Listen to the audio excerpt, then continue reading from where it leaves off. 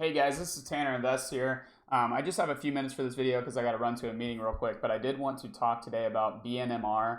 I made a video about it and its net asset value, and I just wanted to clarify that there are a lot of people confused about the valuation, not from my YouTube comments, but just from X in general. So funny enough, Tom Lee was actually on CNBC this morning and got called out for BNMR's market cap being just incredibly overvalued right now. And so I want to run through some numbers real quick just to show you kind of what I'm talking about. So real quick, let me go ahead and switch to my other screen. So this is the price of BNMR right now. It's at $53. You can see on June 30th when they announced this offering of shares to raise money for Ethereum, this price skyrocketed.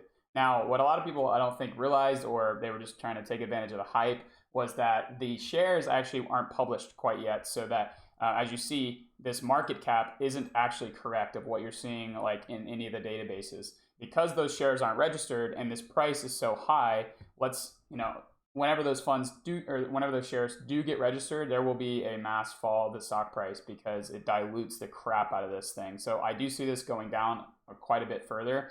So let's go ahead and show you kind of what more I'm talking about. So this is a private placement here on June 30th. We entered into a securities purchase agreement with a number of sophisticated investors to sell up to 55.555556 shares of common stock at a price of $4.50 per share. So how do you get this math? Because this equals the aggregated proceeds of approximately 250 million. So what you can do is take 250 million and divide this by 4.5, and that's how you're going to get that number of shares. So we have all the shares we see here in this agreement here. So now let's go real quick to their 10Q. I actually pulled up what they had prior. So as you see here, as of July 1st, which is a day after they mentioned this offering, they only have 6,162,804 shares. So the total amount of shares is about 61,718,000. Okay, so what this means is right now the price of BNMR is extremely overvalued because once these get published, and I don't think there's like an exact date of when this is going to happen, at least I haven't seen one, but once this gets published, let's say the price is at $53 a share. If it stays there somehow, it won't, but let's say if it stays there, let's just multiply the amount of shares times the price of $53.55, the price right now. That gives us a 3.305 total market cap of this company. Now, they only have 250 million, in net asset value. So I talked about in my last video, net asset value is kind of one of the great ways to be able to, see how much a treasury should be worth, because it should trade as a premium, but not this much as a premium. Let's see real quick. Let's divide this number by 250 million, and we'll get a 13.22 net asset value. So just to put in perspective, all right, so let's compare to Sharplink Gaming's Ethereum holdings and their market cap. What you see on their website here, they have 205,634 Ethereum, and Ethereum's current price is at, let's just say $2,800 bucks. 2,800 times, go back here, times 205,634.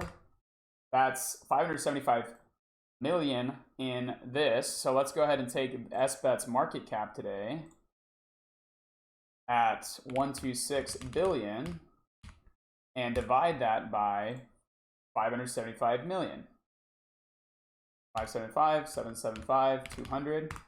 So they're only trading at a 2.18 net asset value. While as you saw there, Tom Lee's BNMR is trading at a 13x right now, which as you see, we can go look at SBET's chart here. It kind of has a similar story where it pumped and immediately fell once those shares got registered. So I think we're going to see a similar story. I do think these Ethereum treasuries, including like Bit Digital, BTBT, and BTCS, these they'll all end up, in my opinion, trading relatively similar net asset values. I do think Tom Lee had mentioned that his will hopefully trade at a higher net asset value, and I think it will, just because the name that's involved and the investors that are involved.